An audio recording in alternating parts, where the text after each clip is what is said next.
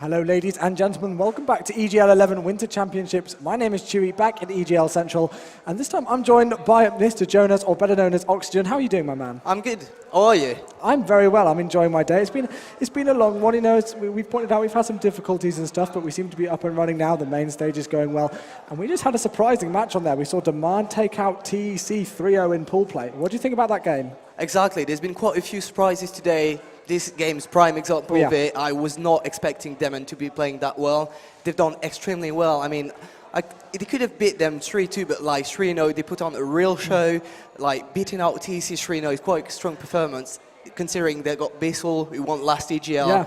It's great performance by Demand. And this is the thing that you get with pool play, of course, on the first day. You can have those real kind of championship bracket matches right on day one and really get into the nitty-gritty stuff right off the start. And a team like Demand, who, you know, as the caster said earlier on, may not have been expected to take that, can well do that, and that could lead better for them in the championship bracket tomorrow. So we will see if that does do any good for them. But, you know, I think they were pretty convincing games as well. We saw the Search and Destroy and Meltdown. I think it was Ant went like 10-0. I don't think he even died. I mean, yeah, that's, you know, such an amazing performance against a team with so much experience like that. As you pointed out, what does that do to you as a player when you get that kind of score against big teams? Oh, it definitely helps, and I mean, going into Sunday, they'll definitely have more confidence. I actually remember them playing in last EGL, and Alex City wasn't the surprise team as well. Like they played extremely well, beating off Prophecy, I think. Yes, they did. Yeah. So it was. I mean, it's definitely on the roll at EGL. He comes here, goes with his team, and just makes surprises. So they'll be very confident going tomorrow. It's just going to be very interesting to see what he can do. And this is, you know, one thing that I love about Call of Duty. I mentioned it a lot, but, you know, I always say you can never call Call of Duty and say what's going to happen until it gets to the end. You know, we see the most crazy comebacks. You know, again, talking about MLG Full Sail the other day, Optic were 5-0 up on Search and Destroy and lost 6 rounds in a row. I mean, I don't think anybody really would have called that. It was the greatest comeback pretty much in the whole Black Ops 2 season, in my opinion. You can see some crazy things. That's why it's so much fun to play, to watch, to cast, to analyze, and it's brilliant. So, of course, you know, thinking about that, we are right at the end now of the Black Ops 2 season. Only about 9 days, I believe, so less than 2 weeks until Ghost is released. Are you excited for that game? Yeah, I'm definitely excited. I got the chance to play at the Coast Ghost Reveal in Los Angeles, and I think it's going to be a good season again. We saw like esports literally blow up this year with Black Ops 2. Great support from Activision, obviously, and the likes of Call of Duty Championships next year is definitely like going to be big as well. So I'm really looking forward to next season. It's only getting bigger and more exciting to watch. Well, this is the time, you know, for a lot of people to really be getting into esports. You know, Black Ops 2 with just simple features like League Play has really blown it up. And, you know, I remember after COD Champs, there was about 20,000 people playing League Play, like straight afterwards. And there's obviously a lot of people who are interested in getting involved with it. So this is definitely the time to do it. And, you know, you yourself, you've got a hell of a lot of experience in this community. You were a player. Now you're doing a lot of things with Deserter, of course, and also with Scuff. So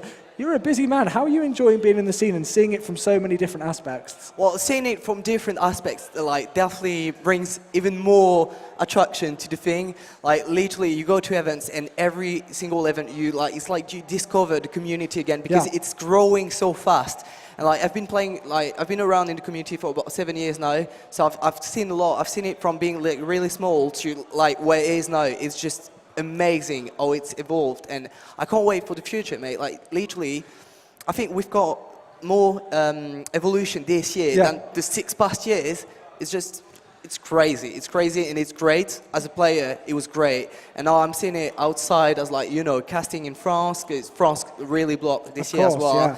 And also like as a company side, like working with Scuff Gaming really got me like that, you know, that extra vision that you get from these events, and it's only getting better. Oh yeah, for sure. And you know, another thing is that, you know, you can all have your predictions on what you think is going to happen in the future and what you think. Obviously, we need a lot of developer support. I think that was a big thing in Black Ops 2 is a lot of developer support. But thinking about that, you know, recently we've seen the League of Legends World Championships held at the Staples Center, I believe. You know, big venue.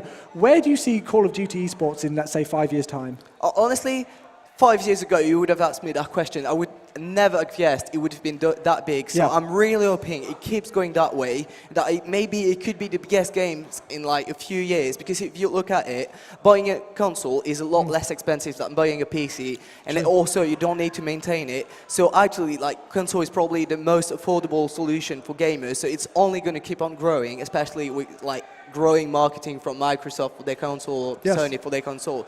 So I think with like there's a huge Call of Duty market, and it's getting captured by all these events. And when you actually get to see the pros playing at such the competitive level we've seen this year, the games have been incredible to watch. Oh, yeah. People want to play this game. They want to play it competitively. They want to get involved. And this is just a general movement I'm seeing worldwide this year, and it's getting crazy. And in 5 years, it could just be like we can't even imagine how big it could be. I think it's going to be an interesting one to see. Again, I've only been in this community since March. I'm incredibly new to it. So just to see the expansion, even from March to now, has really been something noticeable just for me again. So, I can't wait to see. And also, not only have we got a new game coming out soon, but we've got our entire new console. The Xbox One is coming out very, very soon. Hopefully we'll be seeing a transition over to that in time at these events. Yeah. But, what are your predictions for the Xbox One as well? Do you think it's going to be quite a swift change over to the competitive side or there? Or what do you think? I know it's a difficult one to call, but next generation is going to be quite an important thing, I think. Yeah, it's going to be very important. It's like really hard to predict. I think at the moment no one knows what's going to happen, because obviously the Xbox One is not like something everyone can afford straight away. It's quite expensive, so it's going to be hard for people to buy it straight away. Obviously, the top teams are obviously going to do it. There's going to be Call of Duty Championships on go. So I think by Call of Duty Championships, pretty much all the top teams will move to Xbox One. Yeah. But then it's pretty much going to be individual events that are going to decide whether they stick with Xbox 360 or Xbox One. But again, like very difficult call, I think, both for the players and for the event organizers. Very, very true indeed. Now, you mentioned there about top teams. Now, here at EGL11, we have some of the top teams in Europe at this event. Unfortunately, there are a few missing. I would love to see some of the French team here, like the full Millennium lineup again. They obviously played so well at EGL10. I didn't predict them to do as well as they did, and they finished second. They played phenomenally throughout. And then, of course, you've got Vitality and, and people like that. But just with the people who we've got here, I'm going to put you right on the spot. Who do you think is going to take it? Oh, well, obviously, I think it's an obvious call. It's going to be Epsilon. Epsilon have been playing incredible all season. They've been literally unbeatable. They've had this 100-point club. There's been a nightmare for all the European teams trying to not get in there, but there's no way you can't get in that 100-point club. They're a consistent team. They've proved themselves over and over again.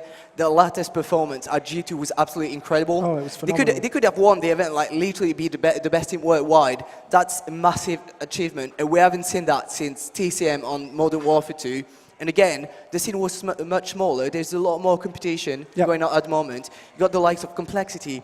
I've gone on an insane season, insane row, and Epsilon were able to almost beat them. Oh, they were shaking. They were shaking in their boots. And it really shows that Complexity are easily the best team in the world. If they can be shaking in their boots and come down from a very convincing first hardpoint game and then a 6-0 Search and Destroy game and come back and just sweep 3 games after that, it shows that Complexity, there's no denying that they're the best. Yeah, it's about the mindset. So I think, this being said, I think Epsilon's is going to walk the event, like literally. Then I think Infused had quite a bad first game. They lost to Enigma 3-1, but I think they were like, at some point, the CTF, they really messed it up. And then from that, Enigma got the hype to come back in the game, win it 3-2. But I think if Infuse play more seriously tomorrow, they'll probably get the second place. Yes. And for third place, I'm going to go with All-Stars. We were talking about them there. They are the Refuse All-Star squad now. They were formerly with Farico. They've not teamed together for a while. Again, you know more about this squad than I do because I haven't actually casted over them or been in the community since they were a squad. They all kind of went their separate ways. But before that, they were a very, strong, dominant squad in the community. Yeah, well, actually, there's been like quite a lot of problems with their team. Like, I remember Reflex GTMA's got sick like literally the day before the event, so you couldn't go see it. They haven't had the chance to play together for quite a long time. But last time I saw them playing together was Skyline in France, where actually Epsilon won the event, and they literally walked on AAA 6-0 at the event, and they were very impressive. Wow. They were a very good team. They've been performing well when they were together. And it seems it's paying again that they brought this team back together because they beat TCM 3-1. TCM is like one of top dogs in the EU. Oh yeah. So I think All Stars got what it takes to come this event and trying to get that third place. And they must be hungry for it as well. Forming back as a squad, they need to prove something. And I think all of the top 8 teams really want to prove something here. Obviously, you just saw on the stream Demand proving that they can hang, as Clayster would say, with the rest of the squads in their pool, and that they've just been playing phenomenally. So I think it's going to be a close one going into Championship Sunday. We were running a tiny bit behind schedule. I think things are getting sorted now.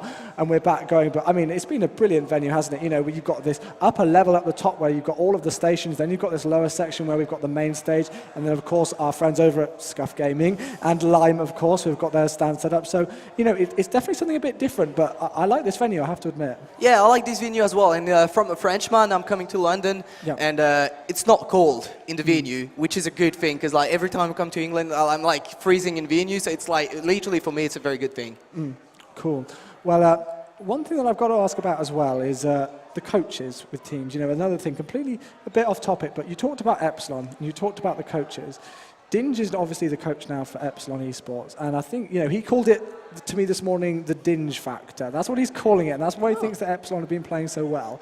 What do you think about coaches in Call of Duty? Because I know they've, you know, been gaining a lot of popularity recently. Yeah, well, coaches can be easily useless, like, because some coaches are literally sitting behind the team and just, you know, making some calls from time to time, which is pretty useless. But a good coach is like, can make the difference. Like you said, the Dinge factor, it can get you hype when your head is down. So like literally, there are some players like, I'm going to pick Josh, for example, from Infused. If he's hyped, he's literally unstoppable. Oh, he's crazy, isn't he? It's crazy. And having someone behind you that is able to hype you up is very important. And at the same time, there's someone behind you that can see the 4 screens at the same time, that maybe will see something that you are missing, and it can be the smallest thing, but this person is like good enough to see that little detail. It can be a game changer. And I think for, Mr. X, the complexity coach, is very good as well, and I think it's paying as well.